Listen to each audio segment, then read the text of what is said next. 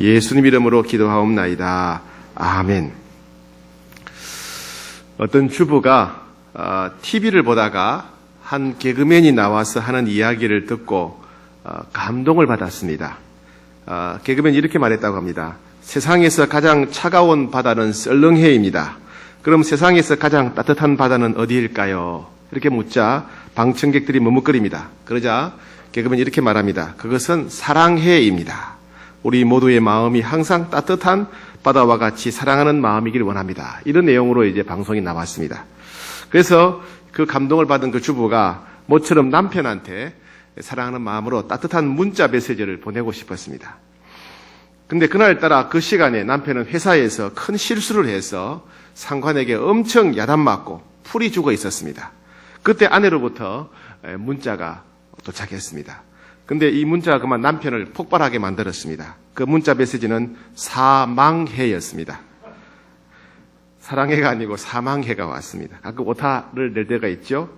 하지만 남편은 아내가 사랑해를 잘못 눌러서 사망해로 했겠거니 추측하면서도 왠지 기분이 나빴습니다. 이었고 퇴근해서 집에 오니까 아내가 맛있는 요리를 해놓고 남편을 기다리고 있었습니다. 아내는 남편에게 온갖 애교를 부리면서 낮에 들었던 개그맨과 같은 그런 질문을 했습니다. 여보, 내가 오늘 문제를 낼게. 한번 맞춰보세요. 그러면서 세상에서 제일 차가운 바다는 썰렁해래요.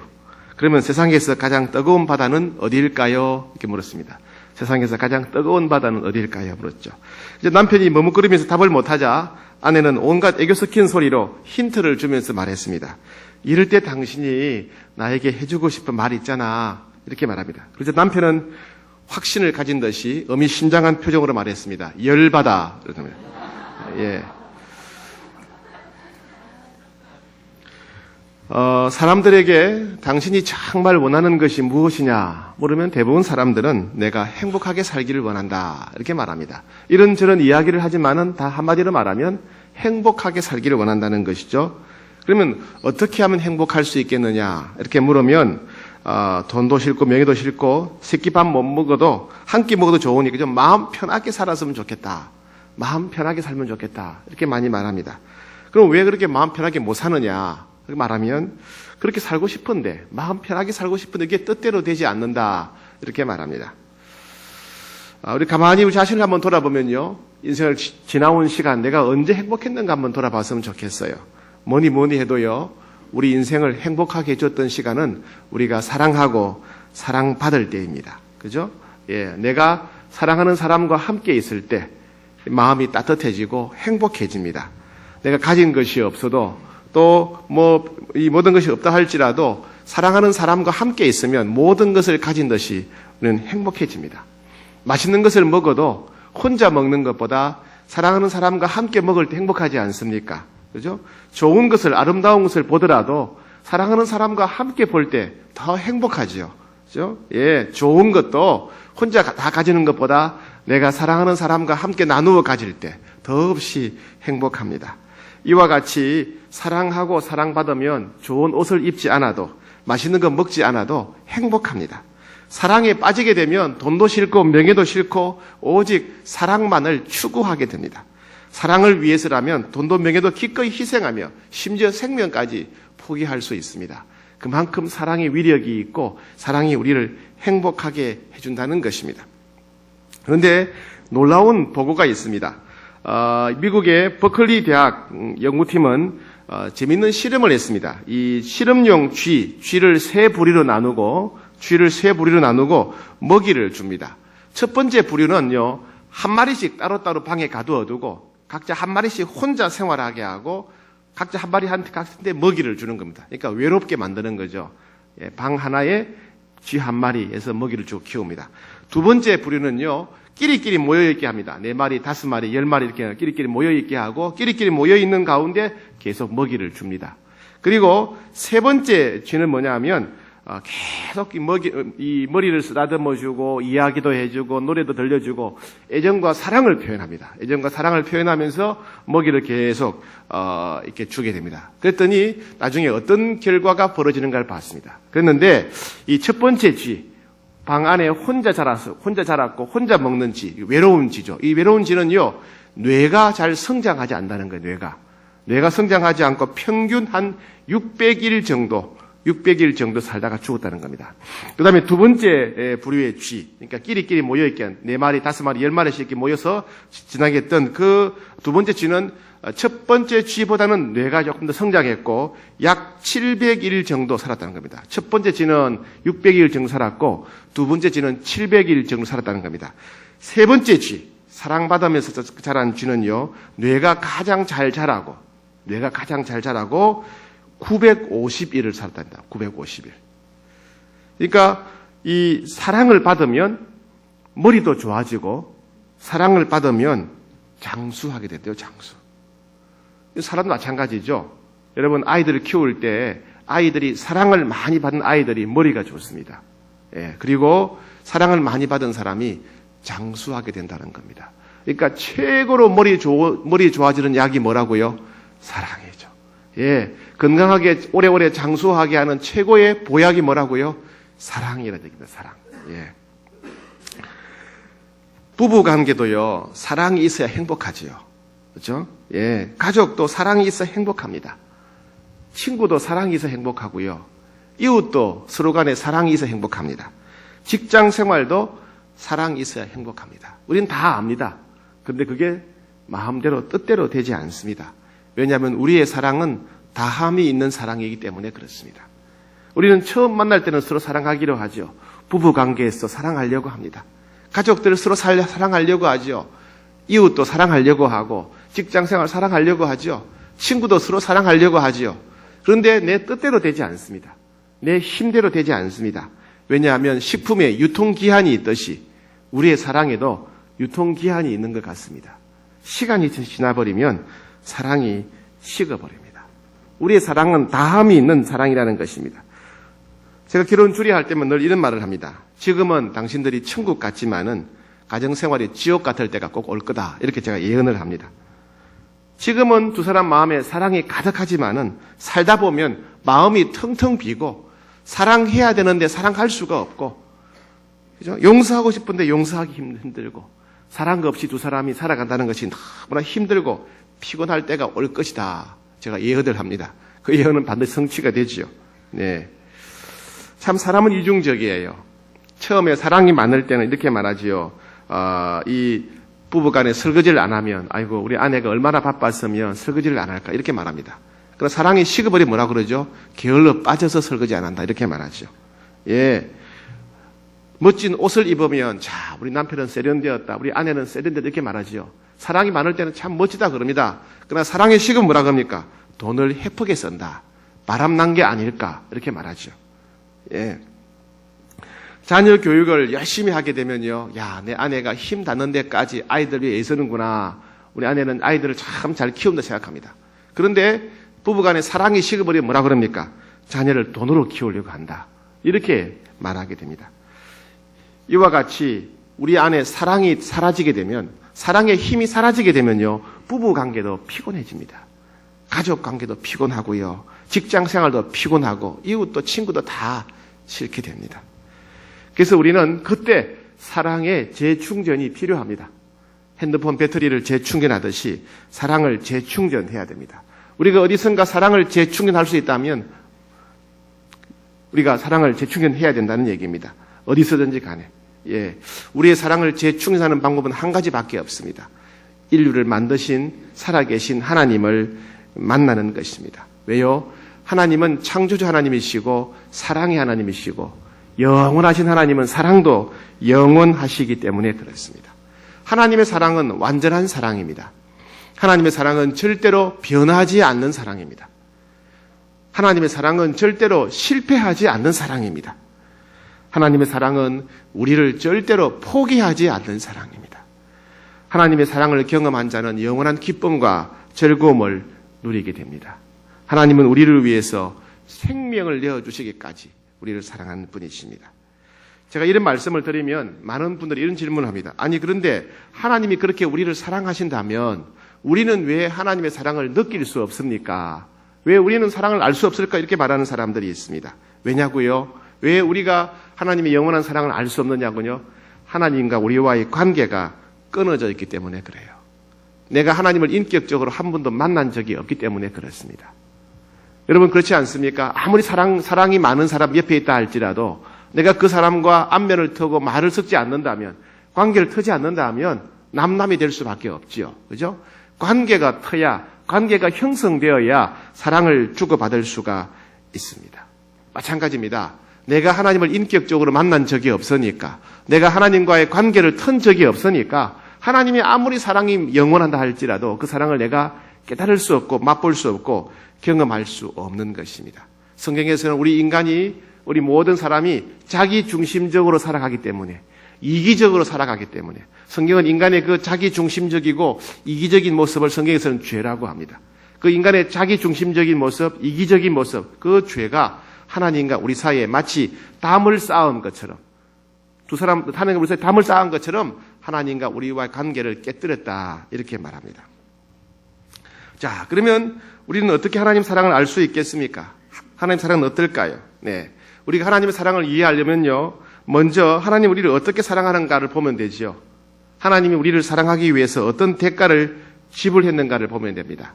저 사람이 나를 얼마나 사랑하는가를 보려면 나를 위해서 어떤 대가를 지불하는가를 보면 됩니다. 왜냐하면 사랑하게 되면요, 여러분 다 사랑은 경험해 보셨죠? 사랑하게 되면 상대방만 보이고 다른 것은 보이지 않습니다. 그죠? 사랑하게 되면 다른 건 안 보여요. 사랑하는 그 사람만 보입니다. 사랑하게 되면 세상에서 그 사람이 제일 중요한 거예요. 다른 건 다 중요하지 않습니다. 그래서 사랑하게 되면 사랑하는 사람을 위해서는 물불을 가리지 않죠.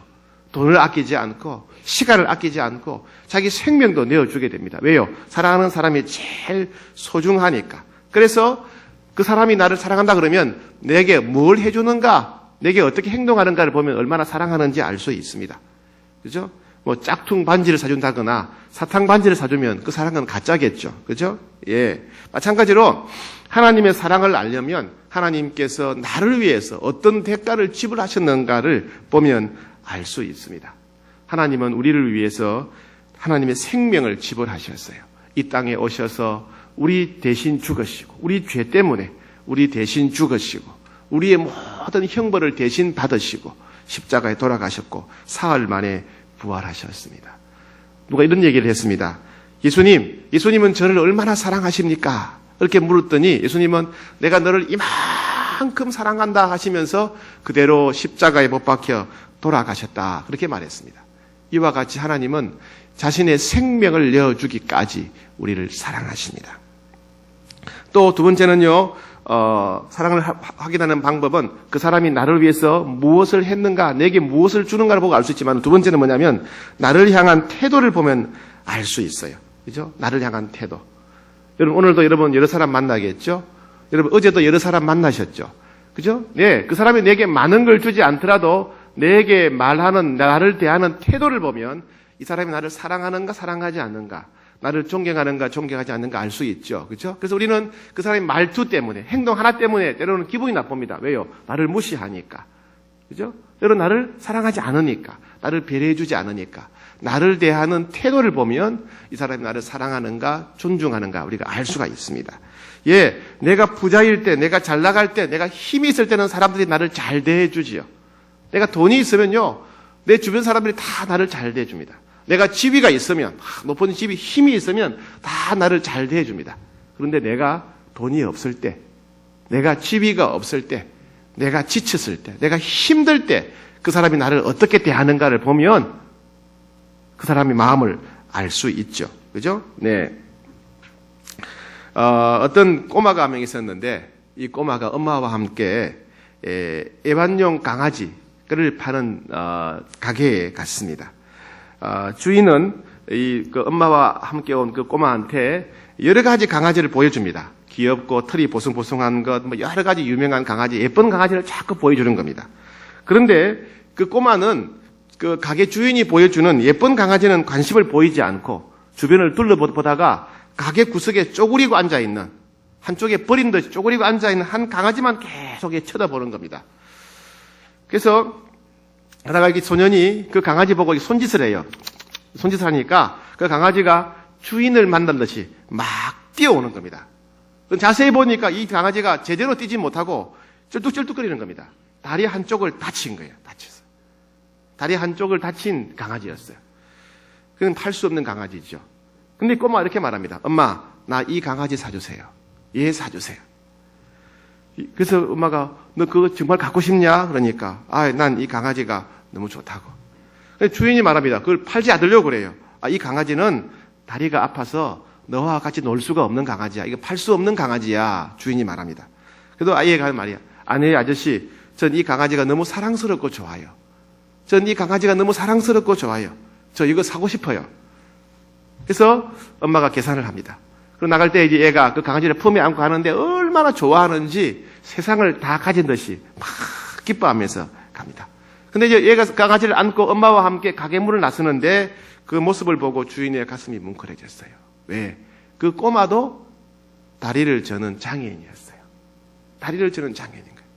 그러니까 자기가 다리를 저는 장애이다 보니까 그 다리를 저는 강아지가 너무 사랑스러워 보이더는 거예요. 그 마음이 공감이 되었다는 얘기입니다.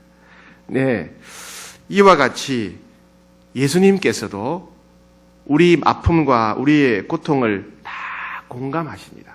왜냐하면 예수님 이 땅에서 경험하셨기 때문에 그렇습니다. 흔히 우리가 동병상련이라 그러죠. 같은 병을 앓는 사람들끼리는 서로 긍휼의 마음이 있다는 것이죠. 예수님은 그런 우리를 향한 긍휼의 마음이 계세요. 왜?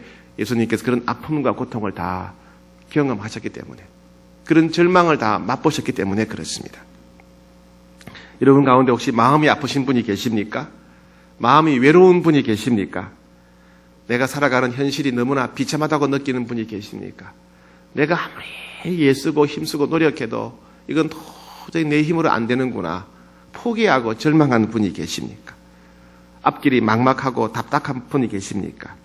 여러분, 예수님은 여러분들을 사랑하시고 여러분들을 만나길 원하시고 또 함께 하기를 원하십니다. 여러분이 있는 마음 그대로를 이해해 주시고, 내가 네 마음 안다. 네가 얼마나 힘든지 내가 안다. 네가 얼마나 외로운지 내가 안다. 네가 얼마나 슬픈지 내가 안다. 네가 얼마나 답답하고 두려운지, 네 어깨에 짐이 얼마나 무거운지 내가 안다. 이렇게 말씀하십니다. 아니, 우리가 연약할수록, 우리가 힘들수록, 우리가 지쳐 있을수록 더 가까이 찾아오십니다. 왜냐하면 우리를 너무너무 사랑하시기 때문에 그렇습니다. 아픈 자녀에게 우리의 마음이 더 쓰이듯이 우리가 힘들고 괴로울수록 우리 하나님은 더 안타까워하시면서 더 마음 가까이 다가오십니다. 돈이 없어도, 몸이 아파도, 힘이 없어도, 속이 상해도, 아니 돈이 없을수록, 몸이 아플수록, 마음이 아플수록 주님 우리에게 더 가까이 다가오십니다. 왜요? 그때가 우리에게 하나님의 사랑이 더 필요하기 때문에 그렇습니다. 이와 같이 우리가 사랑을 확인하는 방법은 상대방이 나를 위해서 어떤 대가를 지불했는가, 나를 향한 태도를 보면 알 수 있습니다.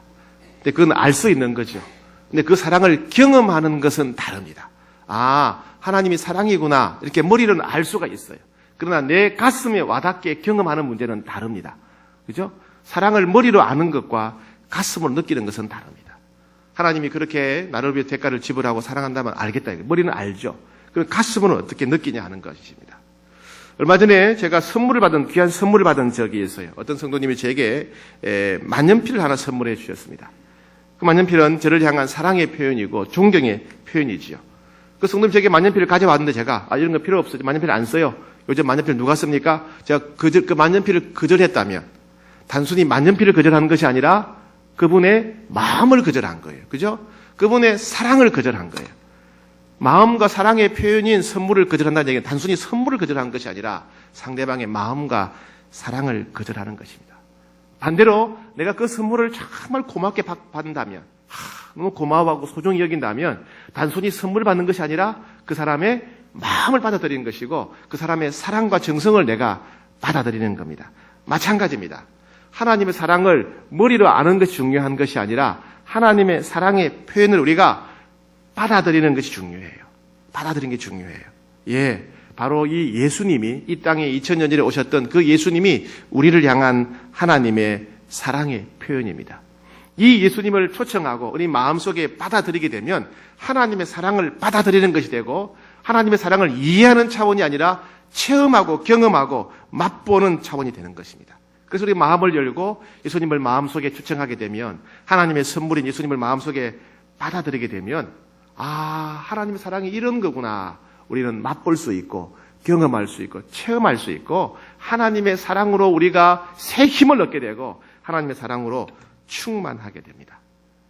제가 경험하건대요, 누구든지 지금까지 어떤 삶을 살아왔던지 간에 누구든지 마음을 열고, 저도 하나님 사랑이 필요합니다. 저도 하나님 만나고 싶습니다. 하나님의 사랑이신 예수님 제 안에 오십시오. 저도 만나 주십시오. 이렇게 초청하면 누구든지 만나 주십니다. 그렇게 마음을 열고 초청하고 하나님을 만나지 못한 사람이 없습니다. 왜냐하면 하나님은 살아계시고 신실하시기 때문에 그렇습니다. 누구든지 마음을 열고 하나님 제 안에 오십시오. 저도 하나님 만나고 싶습니다. 이렇게 진심으로 초청하면 누구든지 만나 주십니다. 하나님이 우리 안에 오실 때, 우리가 예수님을 마음속에 받아들일 때, 즉 하나님의 사랑을 경험할 때 어떤 일이 벌어지게 됩니까? 첫 번째는 모든 죄를 용서받습니다. 왜냐하면 예수님께서 우리의 모든 죄를 짊어지시고 우리 대신 형벌을 다 받으셨기 때문에 그렇습니다. 하나님의 사랑을 받아들이게 되면 하나님과 우리와의 관계는 더없이 가까운 관계가 됩니다. 남남이 아니라 아버지와 아들처럼 하나님과 너무나 가까운 관계가 됩니다. 이제는 하나님과 대화할 수 있습니다. 살아계신 하나님과 대화할 수 있고, 그 하나님께 기도하면 응답받을 수가 있어요. 그리고 하나님께서 우리 인생을 보호하시고 인도하시는 것을 경험하게 됩니다. 하나님의 사랑을 받아들이게 되면 우리 마음에 평안이 가득하게 하고 기쁨이 가득하게 됩니다. 아까 여러분 그런 노래 부르셨죠? 사랑을 너에게 주노라, 평안을 너에게 주노라. 하나님과의 관계가 회복될 때, 하나님이 우리 안에 찾아오실 때 우리 마음에는 기쁨이 가득하게 되고 평안이 가득하게 됩니다. 그리고 하나님의 계획이 이루어지게 되고 우리는 영원한 생명, 죽음 이후에도 영생을 얻고 천국에 들어가게 되는 것입니다. 여러분, 이것은 단순히요 옛날 이야기가 아닙니다. 이것은 단순 이야기가 아니라 실제로 일어나는 이야기입니다. 사실이라는 얘기예요. 아까 우리 한 성도님 간증하신 거 들었죠? 네, 예수님을 만난 사람은요 사람이 변하고 마음이 변하고 인생이 변합니다. 이것은 단순한 지식이 아니고 역사적인 사실이고 경험입니다. 어떤 사람들은 내가 나중에 다 알아보고 난 뒤에 하겠다 그러는데, 언제 알아보겠습니까? 교회를 났으면 다 잊어버릴 텐데요. 그렇죠? 지금 하나님 만나는 것이 중요합니다. 또 어떤 사람들은 하나님 만나고 난 뒤에 또 죄지면 어떡합니까? 나는 담배 끊을 수 없고 술 끊을 수 없는데요. 이런 말 하십니다. 여러분, 그게 중요한 게, 담배가 중요한 게 아니에요. 담배 피워도 좋고요, 술 마셔도 좋습니다. 그게 중요한 것이 아니라 중요한 것은 마음을 열고 하나님을 만나는 것입니다. 마음을 열고 하나님을 만나면 우리는 정말 하나님의 도우심으로 변하여 새 사람이 되고 새 인생을 살게 됩니다.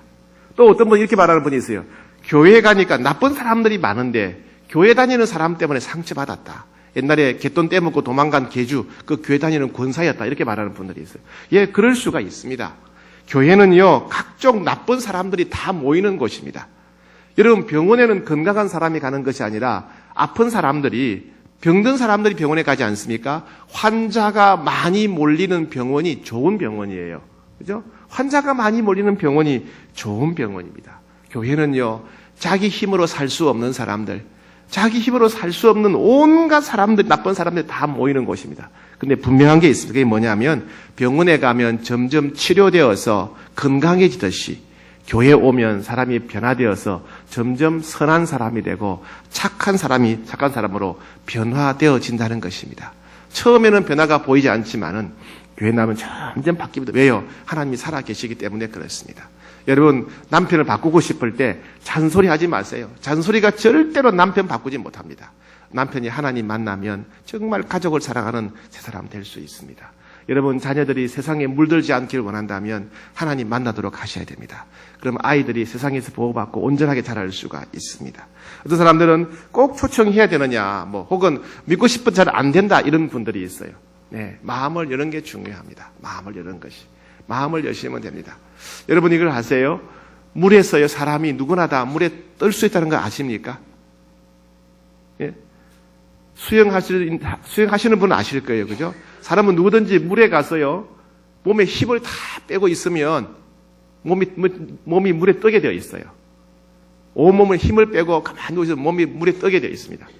그런데 빠지지 않으려고 바둥거리기 때문에 물에 빠지는 겁니다. 힘을 쓰기 때문에. 몸에 힘을 빼고 받아들이면 사람은 다 물에 뜨게 되어 있어요. 예, 마찬가지입니다. 아무 걱정 마시고 힘을 다 빼고 여러분 몸을 맡겨보세요. 마음을 맡겨보세요. 인생을 맡겨보세요. 그러면 분명히 몸이 물에 뜨듯이 여러분 하나님을 만나게 될 것입니다. 그렇게 오늘 여러분들께서 하나님을 만나는 복된 자리가 되기를 축복합니다. 자, 저를 따라서 한번 이렇게 기도하시겠습니다. 이런 내용입니다. 저도 하나님을 만나고 싶습니다. 제 마음을 엽니다. 하나님 제 안에 오셔서 저도 만나 주십시오. 예수님께서 저를 위해서 제 모든 죄를 지고 십자가에 돌아가셨음을 믿습니다. 제가 예수님을 마음속에 초청합니다. 예수님 제 안에 오십시오. 하나님 저를 만나 주십시오. 여러분께 진심으로 기도하시면 오늘 이 자리가 하나님과의 관계를 트는 시간, 하나님과 마음을 여는 시간, 하나님의 사랑을 받는 시간, 새 인생을 출발하는 시간 될 것입니다. 여러분 그런 믿음을 갖고 함께 진실한 마음으로 저를 따라서 한번 소리 내어서 기도하시겠습니다. 저도 하나님을 만나고 싶습니다. 저는 하나님의 사랑이 너무나 필요합니다. 하나님 저를 만나 주십시오. 하나님의 사랑을 제 안에 부어 주십시오. 이제 제 마음을 엽니다. 예수님 제 안에 오십시오. 나를 위해서 내 죄를 짊어지고 내 대신 십자가에서 죽으신 예수님, 부활하여 살아계신 예수님, 제 안에 오십시오. 저의 모든 죄를 씻어 주십시오. 하나님의 자녀가 되게 해 주십시오. 하나님과 영원히 함께 살게 해 주십시오. 예수님 이름으로 기도합니다. 아멘. 자, 눈을 뜨시고요. 네, 여러분들이 진심으로 기도하셨다면 하나님께서 이미 여러분 안에 들어오셨어요.